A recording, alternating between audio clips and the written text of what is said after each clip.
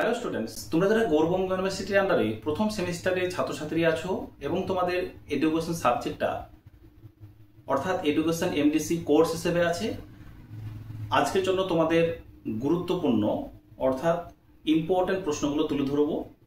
তোমাদের প্রথম থেকে শুরু করে অর্থাৎ তোমরা কোন প্রশ্নগুলোকে জোর দিয়ে পড়বে আর তোমরা কোন প্রশ্নগুলোকে ভালো করে দেখে যাবে সেটাও তোমাদের আলোচনা করব।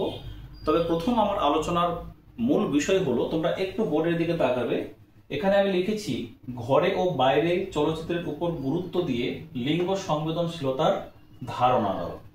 তোমরা হয়তো প্রত্যেকে জানো যে তোমাদের এই যে সিলেবাসটা রয়েছে সেখানে ঘরে ও বাইরে অর্থাৎ বাংলার একটা উপন্যাস ঠিক নয়, একটা সিনেমা অর্থাৎ একটা সিনেমা 1984 সালে সেটা রিলিজ হয়েছিল। তোমরা হয়তো সেটা ইউটিউব চ্যানেলেও গিয়ে তোমরা দেখতে পাবে। তাছাড়া ওই সিনেমাটারই একটা কিন্তু ওই রবীন্দ্রনাথ ঠাকুরের উপন্যাস নিয়ে কিন্তু করা হয়েছিল, অর্থাৎ নারীদের প্রতি প্রেম নিবেদন, অর্থাৎ একজন পুরুষ একজন নারীর সঙ্গে কেমন প্রেম নিবেদন করে বা কতটা আকৃষ্ট হয়। ঠিক আছে, তোমরা এটা ভালো জানো, লাভ অফ উইজডম বলে না ফিলোসফিতে এই বিষয়গুলো আছে। তাহলে দেখো এখানে ঘরে ও বাইরে চলচ্চিত্রের উপর গুরুত্ব দিয়ে লিঙ্গ সংবেদনশীলতার ধারণা দাও।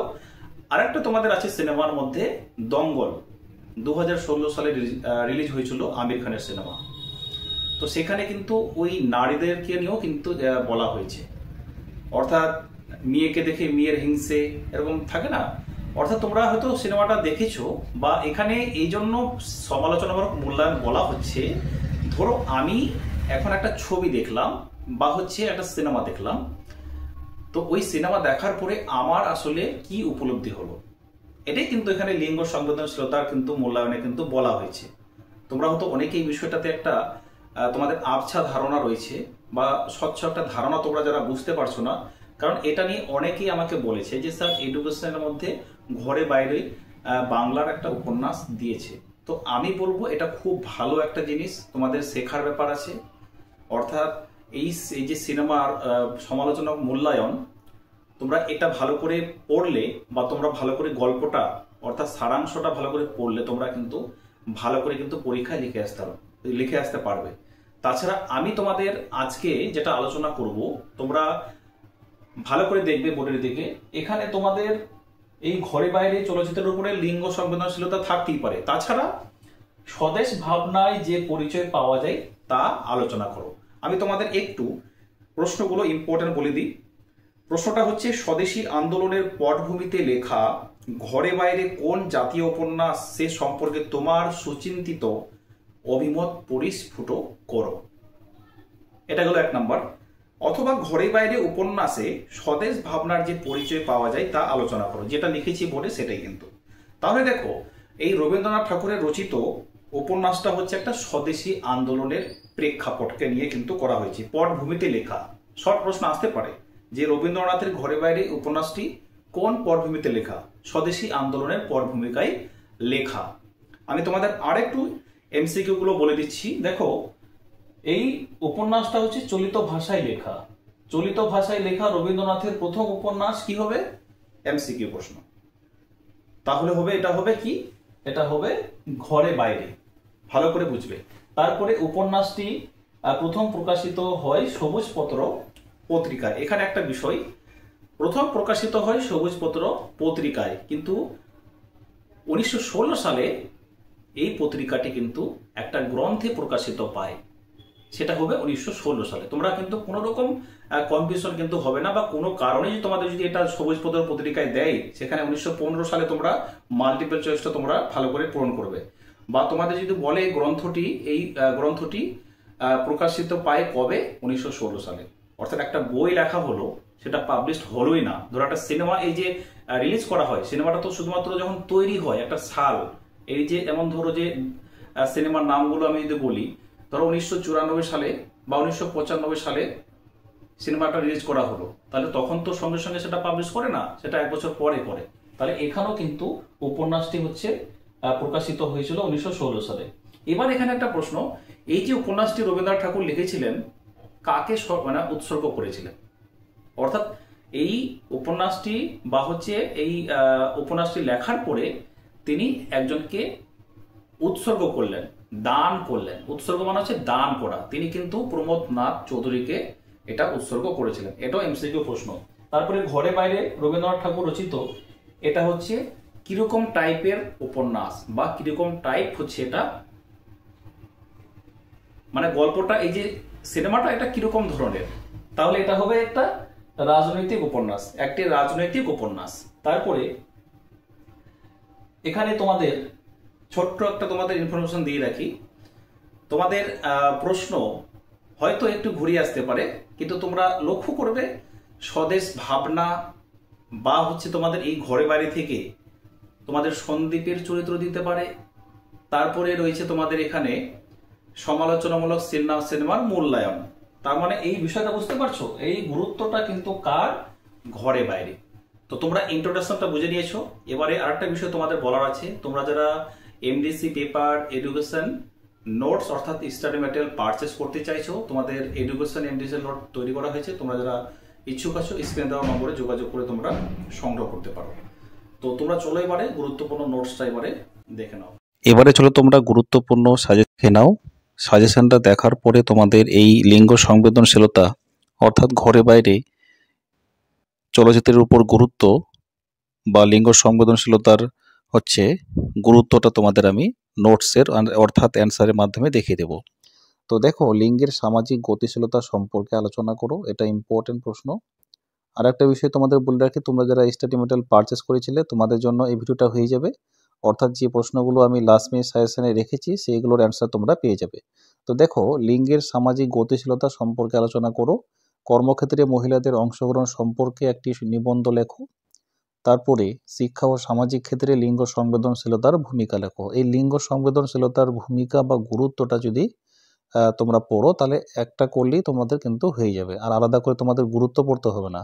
তারপরে হিংস্রতা ও লিঙ্গ সহিংসতার মধ্যে পার্থক্য, ইম্পর্টেন্ট একটা প্রশ্ন।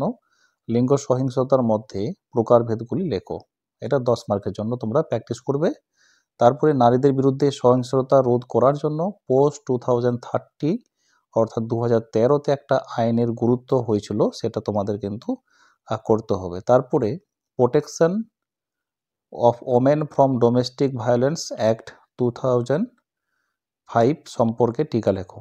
এটা 2005 সালে ডোমেস্টিক ভায়োলেন্সের উপর একটা হচ্ছে নারীদের উপরে গঠন করা হয়েছিল, সেটা কিন্তু তোমাদের পড়তে হবে।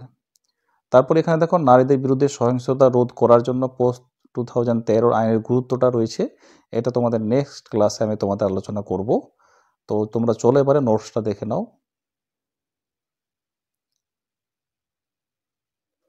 দেখো, স্বদেশী আন্দোলনের পটভূমিতে লেখা ঘরে বাইরে কোন জাতীয় উপন্যাস সে সম্পর্কে তোমার সুচিন্তিত অভিমত পরিস্ফুট করো, অথবা প্রশ্নগুলো একটু ঘুরিয়ে আসতে পারে, ঘরে বাইরে উপন্যাসে স্বদেশ ভাবনার যে পরিচয় পাওয়া যায় তা আলোচনা করো। এটা তোমাদের ফার্স্ট টাইম এমডিসি পেপার হিসেবে তোমাদের থাকছে, অর্থাৎ কোনো রকম ঘাবড়ানোর বিষয় নেই, তোমরা এই প্রশ্নগুলোই কিন্তু পাবে, অর্থাৎ একটু এদিক ওদিক থাকবে, কিন্তু তোমরা দেখবে যে দঙ্গল এবং হচ্ছে ঘরে বাইরে তোমরা চেষ্টা করবে দঙ্গলটাকে অ্যাভয়েড করার, তোমরা দঙ্গলটা করবে না, তোমরা ঘরে বাইরে করবে। তাহলে প্রথম ইন্ট্রোডাকশন, রবীন্দ্রনাথ ঠাকুরের ঘরে বাইরে উপন্যাসটি স্বদেশী আন্দোলনের পটভূমিতে লেখা একটি রাজনৈতিক উপন্যাস। এই উপন্যাসে জাতিপ্রেম ও সংকীর্ণ স্বাদেশিকতার সমালোচনা করা হয়েছে।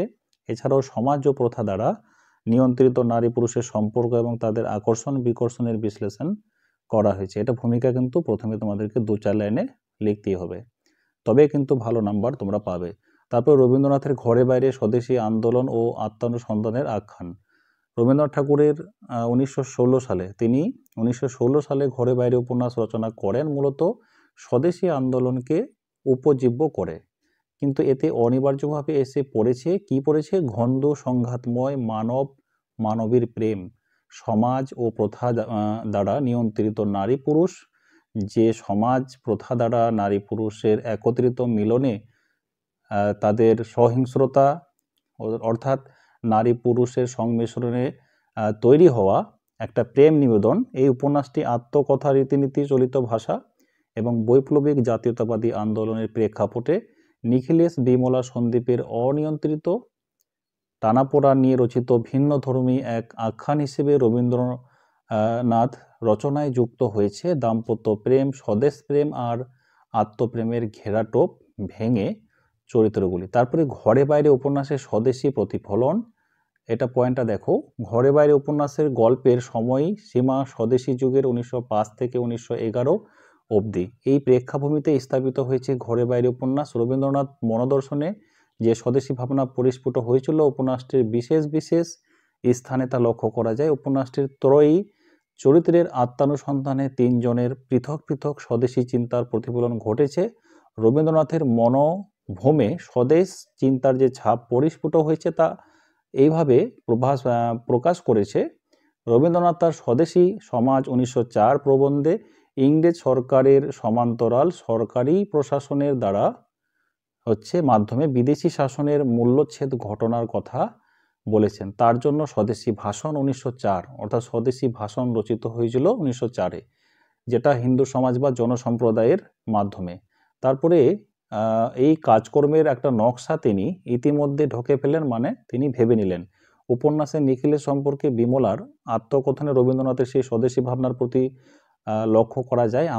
আমার স্বামী যখন কলেজে পড়তেন তখন থেকেই তিনি দেশের প্রয়োজনের জিনিস কি করলেন, উৎপন্ন করবেন বলে নানা রকম চেষ্টা করলেন। তারপরে স্বদেশী আন্দোলন ও রবীন্দ্রনাথের আত্মশক্তির ভাবনা, এদের তিনজনেরই স্বদেশ চিন্তা স্বদেশী আন্দোলনের মধ্যেই ঘটেছে। একদিকে চলেছে স্বদেশ আত্মার অনুসন্ধান, তেমনি চরিত্রের গহন গভীরে আত্মার অনুসন্ধান, যা একদিন পরাধীনতার শৃঙ্খলা মোচনের সঙ্গে সঙ্গে আত্মমুক্তির উপায় হবে। রবীন্দ্রনাথ বরাবরই কংগ্রেসের সঙ্গে যোগাযোগ বজায় রাখারই পক্ষপাতী ছিলেন। তারপরে শেষ মুহূর্তে দেখে নাও, রাজনৈতিক ভিক্ষাবৃত্তি সম্পর্কে রবীন্দ্রনাথের বিরূপ মনোভাব থাকলেও বোম্বাই জাতীয় কংগ্রেস প্রতিষ্ঠার 1885 ঘটনা তার মননে উৎসাহব্যঞ্জক সাড়া জাগায়।